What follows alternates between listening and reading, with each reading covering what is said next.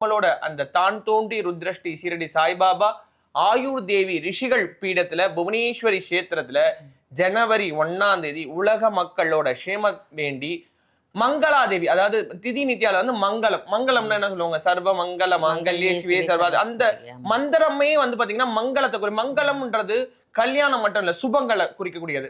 அப்போ எங்க வாழ்க்கையில சுபமே இல்லைங்க, நான் ஒரு வெறுமையா இருக்குங்க, எல்லாமே இருந்தும் இல்லாத நிலை இருக்குன்னு கஷ்டப்படக்கூடியவங்க அந்த நாள், அந்த சனம், அந்த நேரம் நம்ம கோவில்ல அந்த சங்கல்பத்துல யார் ஒருத்தர் கலந்துக்கிறாங்களோ எல்லாத்துக்குமே தட்சணை இருக்கு. எதனாலனா ₹1 போட்டு ஒரு பொருளை நம்ம வாங்கினோம்னு சொன்னோம்னா அந்த பொருளை பத்திரமா வச்சுப்போம். ஏய் ₹10 கொடுத்துவாங்க எடுத்து வை அப்படின்னு.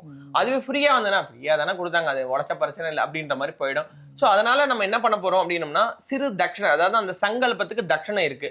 அந்த தட்சணைய வரக்கூடிய பக்தர்கள் உள்ள அன்போட கொடுக்கலாம். எதனாலன்னா இந்த இதுல வந்து ஐயோ நான் போட்டேன் எனக்கு வேஸ்டா ஆச்சு, ஐயோ நான் போட்டேன் எனக்கு நடக்குமா அப்படின்றதோட இதுல நான் சங்கல்பத்துல நான் காசு கட்டிட்டேன், நான் உள்ள போய் பூஜையில கலந்துட்டேன், இந்த வருஷம் என் வாழ்க்கை மாறும்ன்ற நம்பிக்கையோட காலெடுத்து வைக்கக்கூடிய பக்தர்களுக்கு நிச்சயமா மாற்றம் இருக்கு. என்னன்னா சிருஷ்டி ஒளின்ற ஆன்மீக ஸ்தாபனமா இருந்தாலும் சரி, இந்த கோவிலா இருந்தாலும் சரி, முழுக்க முழுக்க வேதங்களாலும், அதாவது சித்தர் மார்க்கமும் இருக்கும், அதே நேரத்துல ரிஷி மார்க்கமும் இருக்கும். அந்த சித்த மார்க்கம் ரிஷி மார்க்கம் மட்டும் இல்லாம குரு ஆசீர்வாதம் பரிபூர்ணமா நிறைஞ்ச ஒரு 2 ஸ்தாபனங்கள் வழியா நம்மளோட வாழ்க்கையை மாற்றக்கூடிய பொருட்களை கொடுக்க போறோம். இதுல வந்து 9 விதமான பொருட்களை வந்து இலவசமா நம்ம தரப்போறோம். இலவசம்னா நீங்க அதுக்கு தட்சணைக்கு, அதாவது குடும்ப சங்கல்பம், ஜென்ரலாவே ஒரு குடும்ப சங்கல்பம் எடுத்தா ₹5000 அங்கங்க வாங்குறாங்க.